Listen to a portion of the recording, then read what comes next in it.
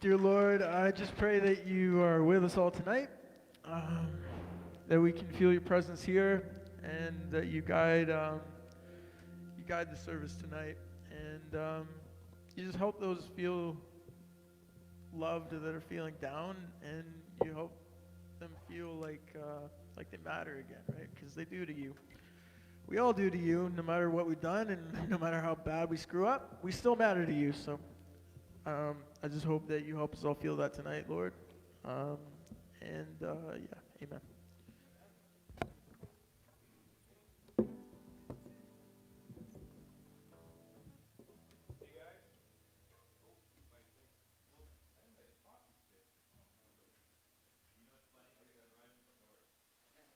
A million stories all the time. So my son's had the same girlfriend for a very long time, and she's very, very funny. And when you listen to them argue all the time, right? Not all the time. That's probably an exaggeration. And actually, I got another story too. I got keys in my pocket, and you ever seen that Matt Foley on Saturday Night Live where he's yanking the drawers? It's exactly what I feel is going on with those keys. They're yanking them down like Matt Foley. The van down by the river. But anyhow, the other story. Well, oh, yeah, so my son and his girlfriend are arguing. And she's like, I have the talking stick. I can speak now. And he shut up. It was pretty awesome. I looked at my wife. I'm like, don't ever use that, but that's awesome. It was pretty funny. And while we're on the topic of my wife came up to me Wednesday, walked in the house and looked at this and went, ooh, that's ugly. That's got to go. Yeah, I'm like, no, I like it. So, yeah, thank you, Dave. Thank you. See, I hope she's watching. Dave said he likes it. It matters not at all. Not at all. Carrie Lee knows my wife well enough that makes zero difference to Mrs. Bennett.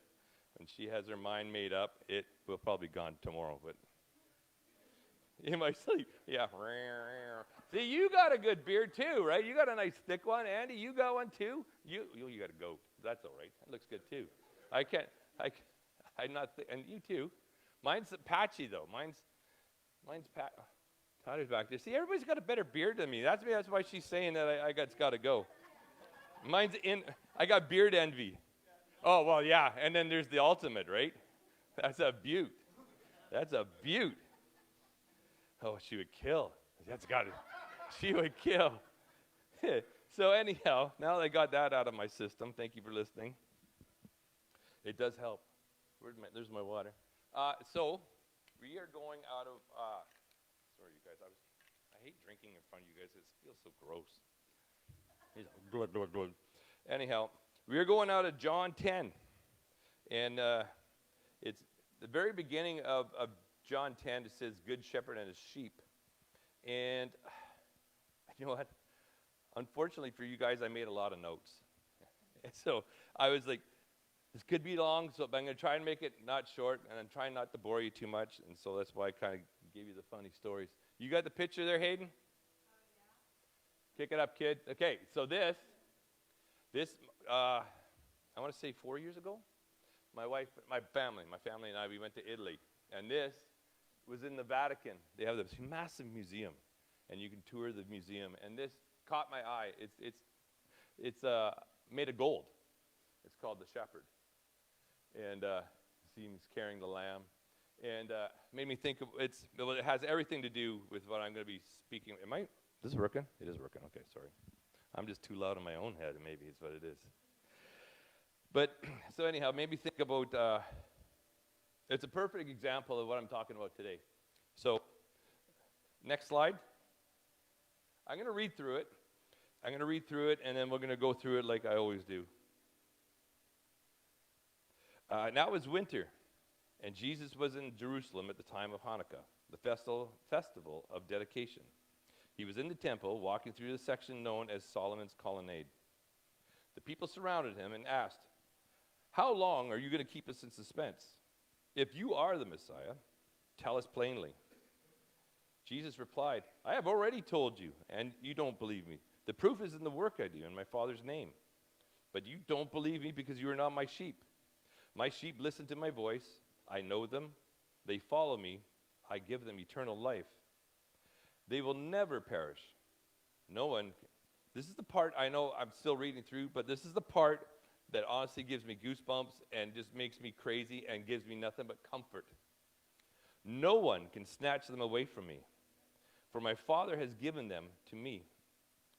He is more powerful than anyone else. No one could snatch them from the Father's hand. Honestly, I'm not kidding you. You look at my legs, I got goosebumps, sorry. And the Father and I are one. Once again, people picked up stones. What's with the stones already? They picked up the stones to kill him. Jesus said, at my Father's direction, I have done many good works. For which one are you going to stone me? Healing people? The blind guy? Feeding 1,000 people? Healing the crippled guy? He doesn't say that, but it happened. They replied, this is the part that makes me nuts too. We're stoning you not for any good works, for blasphemy. You, a mere man, claim to be God. And Jesus replied, it is written in your own scriptures that God said to certain leaders of the people, I say you are gods. And you know that the scriptures cannot be altered. So if those people who received God's message were called gods, why do you call it blasphemy when I say I'm the Son of God? After all, the Father set me apart and sent me into the world. Don't believe me unless I carry out my Father's work. But if I do his work, believe in the evidence of the miraculous works I have done. Even if you don't believe me, then you will know and understand that the Father is in me and I am in the Father. Once again, they tried to arrest him and chuck him with rocks. So I'm going to go over this, and there's some parts I know that sound confusing when you first hear it. But it says it's wintertime. And Hanukkah, for those of you who don't know, is in the winter. It's in December. And it's between the 18th and the 26th of December, so Christmas time, right? Or Hanukkah time. And so I also read, I was wondering about this area, or the section called Solomon's Colonnade. And it was also called Solomon's Porch in different translations. And it was, I don't know if you recall a little while ago, another great parenting moment of Jesus' parents, and I know I've had some fantastic moments, but they walked for like a couple of days, and they went, oh, the kid, and he was on this porch. This is where he was when they went, after walking for 2 days, thinking they were with you guys, and you guys thought they were with me, and Jesus was sitting there as a little guy just talking to everybody on Solomon's porch. That's exactly where he was when they found him. And it was a spot traditionally where people would banter back and forth on topics of the Bible or Jewish law or whatever happened. And it reminded me when I was a kid, I used to live in a little tiny town in Grand Forks, and it had a high population of Russian immigrants from the 1920s, Doukhobors they were called. And all the old men would sit right on the bench or on the stairs, and you'd all hear them speaking Russian and bantering back and forth in Russian and pointing at us kids and stuff like that. But yeah, it reminded me of that story. Sorry, it did that. But so moving on. Sorry, I got too many stories in this little head. This fat head, I guess, is more like what it is. So there's the other thing I was looking at this too. It says how long? This is the part I like too. How long are you going to keep us in suspense? Like, it isn't clear yet that he's not the Messiah, that he's not the Son of God. He fed 5,000, 7,000 people with some fish and some bread. And these are clearly people that don't believe, that are trying somehow to stick it to Jesus. If you are the Messiah, tell us plainly. Okay, well, here's a basket of fish. I'm going to feed 5,000. I don't know. That's a subtle hint. The guy that was lame for 38 years, here you go, get up and walk and go home. You can't see? Here, I'm going to make you see. Subtle hints, right? So they tried to get him to prove it like it was his fault that he had done something wrong. And this is the part. This is the part that just starts to really hit home and makes me think of when I was younger. You don't believe me because you are not my sheep. And I remember this man came to when I was in school, and he He was talking about his life of crime when he was a kid and a young man. And then I didn't know at the time. He had all these cool stories about beating people up and how bad his life was as a Hell's Angel. He had these huge arms. He was at the time in the 80s when I was a kid, he was the 5th best arm wrestler in the world. I don't know if that means anything to anybody. You know, he had huge guns, in other words, right? And so anyway, he's telling all these stories. He's like, hey, if you want to listen more, come to the mezzanine in the arena in town. So we all go to more here, listen to more punching stories, and you get up and he starts talking about Jesus, and we're like, oh. We all just, like jerks, we all just got up in the middle of him talking about Jesus. It's like total jerks. We were rude. Just, okay, these aren't fighting stories. I'm out of here. I'm leaving. And this is what these guys are, they don't want to listen to Jesus because they're not his sheep. They're not his believers. And then it started making me think about shepherds and who I used back in the day to guide me through my life, and who us as a group, who we've used as our own shepherds and who we chose to follow, whether it was our own voice in our head or our own decisions or our own lies that we decided to listen to, or friends that we wanted to try and hang around with and try to just be a part of their world or not feel left out. And the voices, so the part I really like is in a couple verses back in chapter 10, verse 11. It says, I am the good shepherd. And this is the part for those of us, and most of us are dudes here, I think, well, except for you two. Oh, and you. Sorry, Carrie Lee. Yeah, and Carrie Lee. Oh, and little yeah, okay, there's a bunch. Okay, so for us, never mind that. I do that every time, but I don't know why I put my foot in my mouth every time. But for me growing up, let's use me, and having my dad who was not the greatest leader and who I felt abandoned by and who I felt completely disowned and discredited and not comforted, when I finally realized, I'm just going to read it before I stop blabbering on. I am the good shepherd. The good shepherd sacrifices his life for his sheep. I am the good shepherd. I know my own sheep, and they know me. Just as my Father knows me, I know the Father. So I sacrifice my life for my sheep. And every time I hear that song, He's a Good, Good Father, it honestly just, I can barely sing it because it's that, the good, good Father. He sent His Son to lay His life down for me, for us. And I wanted to kind of go over as well for those of us who are new as Christians, what it means to be a sheep or to be a good sheep. And I can remember, and what it's like to have a good shepherd. I can remember years ago, I used to, yeah, I thought it was my phone, sorry guys. Years ago, I used to rodeo, and we had a bunch of cattle, and my buddy and I fed the cows all the time. And the cows knew our voice. You came into the house or came into the farm, and you called them, they just sit there. They knew that me and my buddy, well, I'm going to say we protected them, but we ripped their heads off all the time when we were doing rodeos. So we didn't protect them, but we fed them. And they knew that we were a source of when we were around, we were a source of food and sustenance, and we took care of them. And then later on, my younger son, he really liked animals. He still does really like animals. And a friend of ours had little sheep. Oh, they were cute. They were super cute. They were little baby sheep, little baby, where they would suck your finger like a gum in a bottle. And so he took care of them, and the babies would come around and he'd call them, and the babies heard his voice and they would come to him. And I remember even the horse called a Belgian. They're a great big draft horse, massive. I'm not kidding you. The neck was like that big around.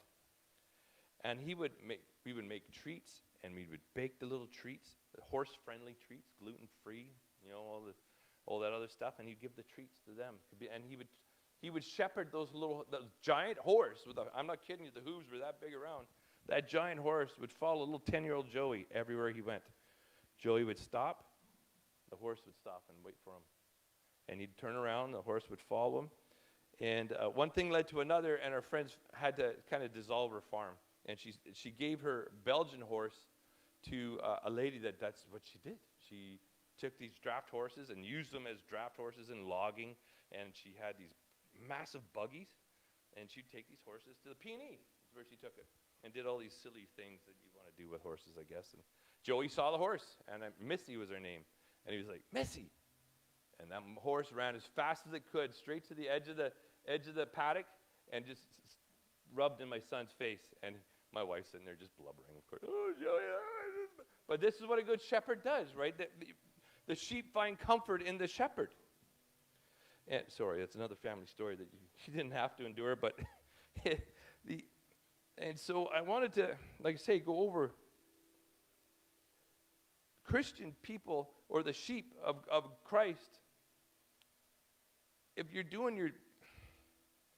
listening, you're sensitive to God's word. And if you listen hard enough and read his word, you will hear his voice. It's not going to be, hey, Steve, how you doing this morning? If you read and pray, you'll be sensitive to listen to his voice, and you'll think the decisions that you used to make before, well, hey, I feel that I should be doing this. I feel that my life should be taking me in this direction. That is his voice. That is being sensitive. And the second is being obedient. It says, verse 27, the sheep listen to my voice. I know them, and they follow me. Follow me means you're obedient. My children, they're bigger, but they still follow me. We went on I don't know what people are upset about hunting. We went on a camping trip. And wherever I went, my giant sons followed me like they were my puppies. And it gets me choked up. I know every time I talk about my children, I do this, but my boys are huge. And they're still obedient to their earthly father. And where I went, we need to be obedient to Jesus in that regard. We need to be obedient so that when the wrong things come our way, we can go. That's not for me. That's not the life I want. That's not the drink I need that's going to get rid of my pain. I have a very good friend right now who's having he's in the middle of a complete emotional meltdown. Complete. I have to go visit him tomorrow. He drinks 3 to 4 bottles of wine at night and then becomes suicidal. And follow me. That doesn't happen. You know, but when that is, you're reaching out for an empty solution, and it's not a solution. You're reaching out for destruction. And then the other thing, verse 28, I give them. This is the part. Honestly, it warms me up and makes me feel. It makes me, from what I used to be as just an empty human being, it makes me feel, I don't want to pump up my chest, but that's what it makes me feel. It makes me just feels like I can take on anything, and I'm not exaggerating. I give them eternal life, and they will never perish. Sheep of God know where we're going. There's been men who've come through here from Helen who I've loved and I miss, and I know, ladies and gentlemen, they're not perished. I miss them. I remember their faces and their fears and what they were worried about. But they weren't worried in where they were going. And then the next thing is verse 28. No one, they're feeling secure for the first time in my life, ladies and gentlemen. First time in my life, I'm 55, but when I realized in my 20s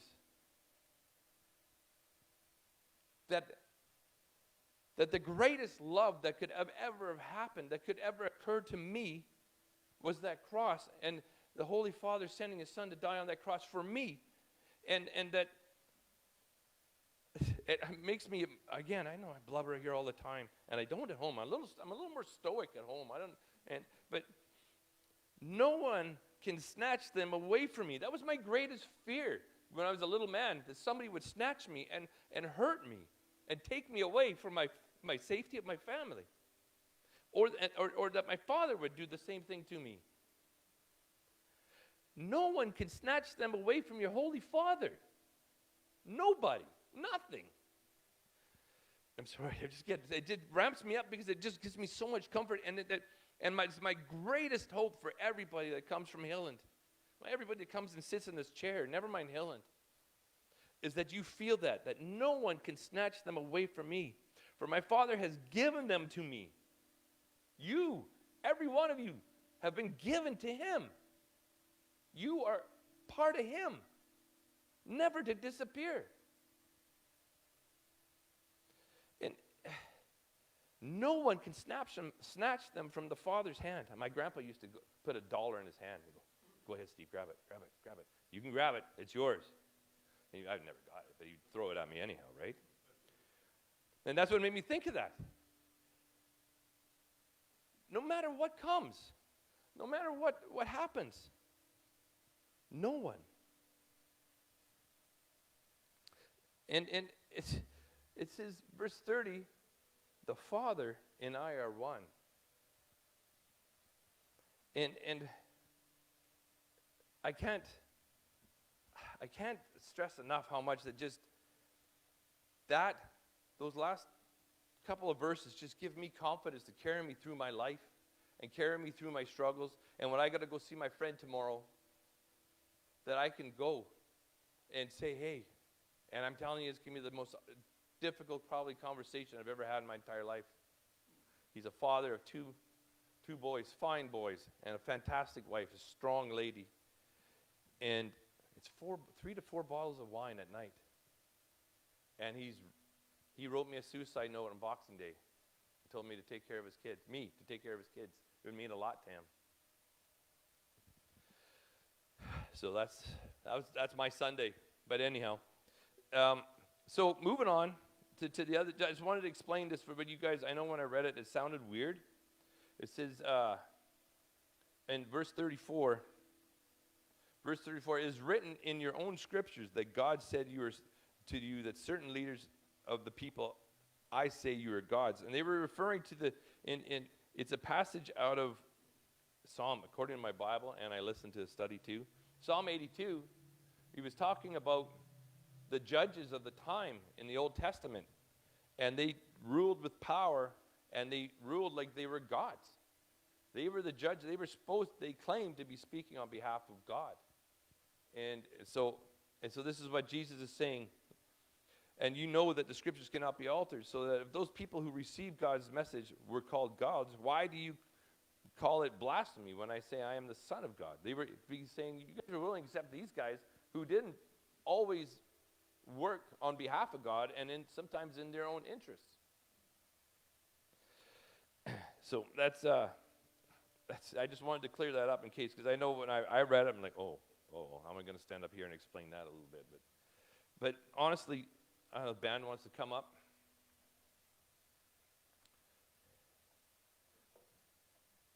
What's that? Worship. Oh, the worship. Whatever, the band. Come on. And you know what? I got to say something too. Before I was sitting here thinking about this worship. Yeah, thanks. Heckled. That's what I need. Is heckled. These guys are. It's fantastic. I sit here and I see everybody. I see Alex and Spencer and Roseanne and David and I watch Alex. I remember when Alex first came into Hilland.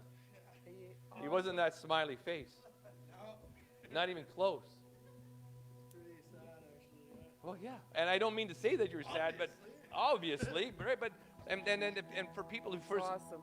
it's amazing, right? He's sitting here singing in front of us, and it's holding this microphone, let alone stand. My son plays the guitar, And I was like, one day I'd like to try and sing something for Helen, because there's a song I really like. He's like, oh, Dad, that takes a lot to do that. And he's not wrong.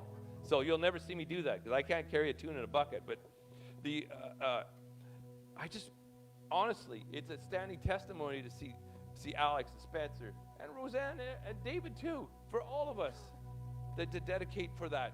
And this is the part that, honestly, it just fills my heart with just thankfulness of what Jesus can do for us if we let him do it for us. If we accept that we can find comfort in that no one can snatch us away from him, ever. And that if ever an idea or a thought that crosses our mind that doesn't match up, it doesn't feel right, it is the one, Jesus has come, he says, and I said it last week, to bring us an abundant life in abundance. And I know he's not necessarily talking about becoming a rich man with a fancy watch, and he's giving you a life full of love, is what he's come to give you. A life full of love, a life with happiness, a life with fulfillment, a life that we were meant to have with the relationship with him. And if anybody comes or anything comes to contradict that, it's the thief. It is not Jesus, and it's as plain as that in black and white.